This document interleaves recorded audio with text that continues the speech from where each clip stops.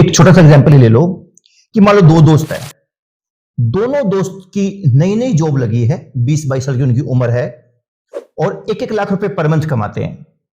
अब उनका जो खर्चा है वो है मान लो 50,000 रुपए महीना। पहला दोस्त तो क्या करता है, 1 लाख रुपए में से 50,000 रुपए खर्च कर देता है, बाकी बचे 50,000 रुपए जो बचे हैं, जो सेविंग हुई है, उसे वो इन्वेस्ट कर देता है किसी ऐसी इन्वेस्टमेंट स्कीम में जहां उसे 1.5 रुपया सैकड़ा मतलब साल का 18% उसको लगभग क्या इनकम हो जाती है। कोई भी इन्वेस्टमेंट स्कीम हो सकती है।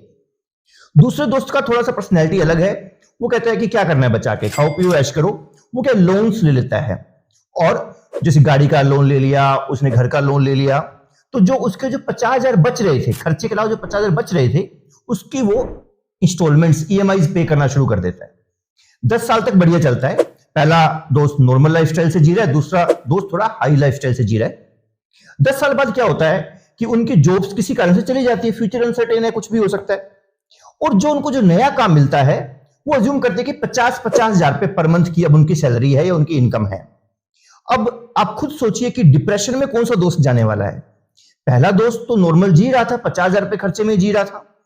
जो दूसरा दोस्त है उसकी तो 50,000 की EMI ही है, तो अब वो टेंशन में आ गया कि अब क्या करें, क्योंकि अब उसे क्या एक्स्ट्रा मेहनत करनी पड़ेगी, फिर भी शायद लाख रुपए महीना कमा नहीं पाएगा।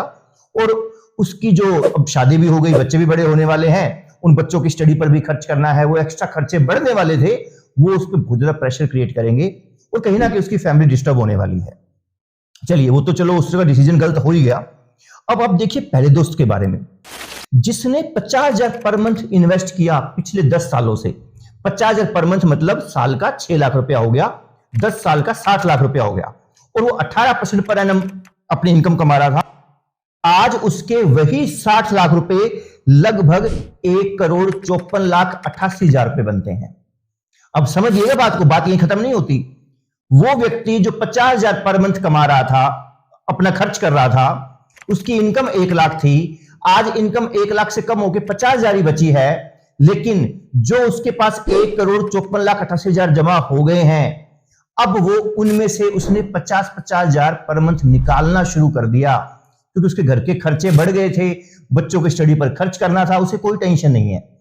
उसका वही 50,000 पर मंथ खर्चा जेन्युइन वाला, प्लस जो खर्चे बढ़ गए हैं, उस 1,54,88,000 वो इन्वेस्टेड ही है। अभी 18% पर एनम की इनकम आ रही है, तो उसे 50,000 रुपए निकालने शुरू कर दिए। आने वाले 10 साल तक वो 50,000 पर मंथ निकालता रहा उसमें से। फिर भी 1,54,88,000 जमा था ना, उसने 50,000 पर मंथ निकाले, फिर भी उसके वो जो पैसे थे वो 6,57,88,000 बन जाते हैं। मतलब कितनी बड़ी पावर है सेविंग के अंदर, कि उसने स्टार्टिंग में सेव किया, उसे फ्यूचर में भी वो इनकम दिए जा रहा है और बढ़ाए जा रहा है, हालांकि उसने पैसे निकालने शुरू कर दिए। तो इसीलिए कहते हैं जितना जल्दी हो सके इन्वेस्टमेंट करना शुरू करो, सेविंग करना शुरू करो, और जो कंज्यूमर फाइनेंस है वो कम से कम होना चाहिए इंसान।